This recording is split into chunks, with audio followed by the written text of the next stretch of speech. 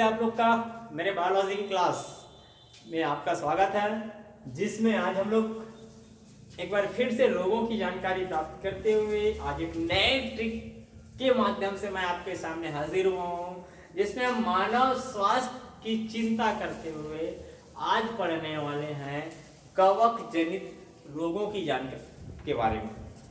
ठीक है, वास्तविक में क्या कवक जो फंजाई है जिसको हम फायदे लेते हैं, जिसका हम उपयोग करते आ रहे हैं, वो भी क्या हमारे लिए नुकसानदायक हो सकता है, क्या हानिकारक हो सकता है। ठीक है, तो आज हम बात करते हैं कवक जनित रोगों के बारे में।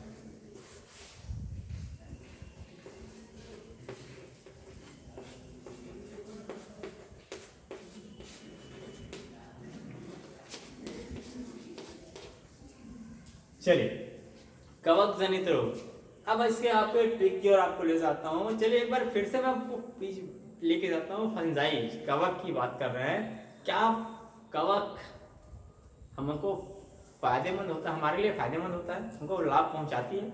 जी हाँ, हम उसको भोजन के रूप में खाते हैं। मशरूम अगर की बात कर रहे हैं, वो उनको भोजन के रूप में खाते हैं एक तरफ, दूसरी ओर यही हमारे लिए एक सरदर्द बन जाती है।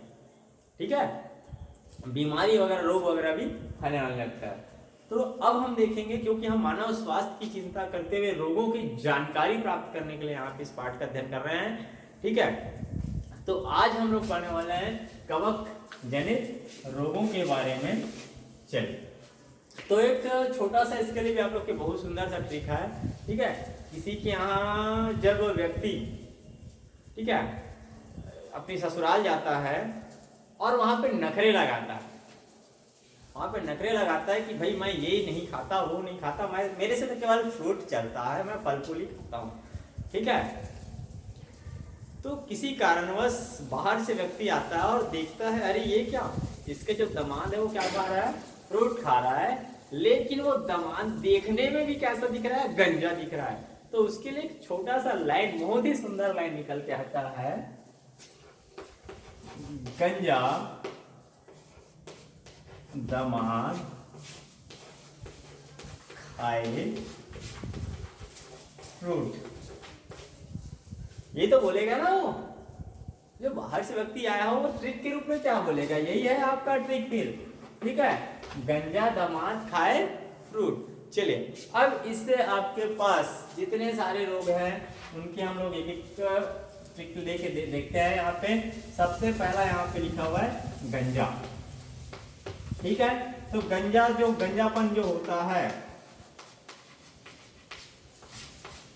ऐसा किसी का आनुवंशिक होता है, किसी का पारिवारिक जो जेनेटिक्स के कारण से गंजापन हो जाता है। लेकिन अधिकांशता देखने को मिलता है कि कभी कभी सर के बाल अचानक से कहीं से उखड़ जाते हैं, बाद में धीरे से आ जाता है। ये किसके वजह से होता है? फंजाई की वजह से होता है। आप दवाई वगैरह का यूज करते हैं, वहां से वो क्या हो जाते हैं, अपने आप बाल फिर से उनके आ जाते हैं। किसी का जेनेटिक्स होता है, परिवार में होने के कारण उसका गंजापन चलते रहता है। ठीक है, वो अलग बेटर है। लेकिन ये फंजाई गंजापन जो होता है वो किसके वजह से होता है? कवक जनित रोग होता है। दूसरा आता है दमा।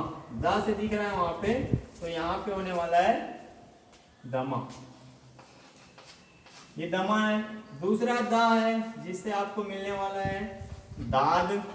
ये दाद भी जो आप खुजली जो होती है, ये दमा जिसकी बात कर रहे हैं, ये इसमें व्यक्ति का क्या होना है, श्वास लेने में बहुत तकलीफ होता है, सीना फूलने लगता है, पेट फूलने लगता है और जोर जोर से वो श्वास लेने लगता है। ठीक है, दाद, इससे आप सब परिचित हैं, ये आपको कैसे बेचैन कर देता है, जिसके बारे में बताने की जरूरत नहीं है। ये नमी की वजह से होता है, ये फंजाई की वजह से ही होता है। चलिए आगे बढ़ते हैं।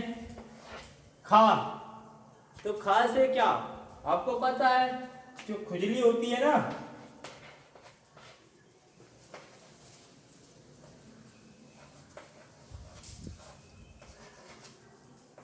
ये खुजली भी किसके वजह से होती है? आपके फंजाई के वजह से, जो आपको शरीर में खुजलाहट पैदा करती है। ठीक है, चलिए अब 5 पे के बाद है आपका ए के बाद दिया हुआ है फ्रूट दिया हुआ है। इस फ्रूट को याद रखना है।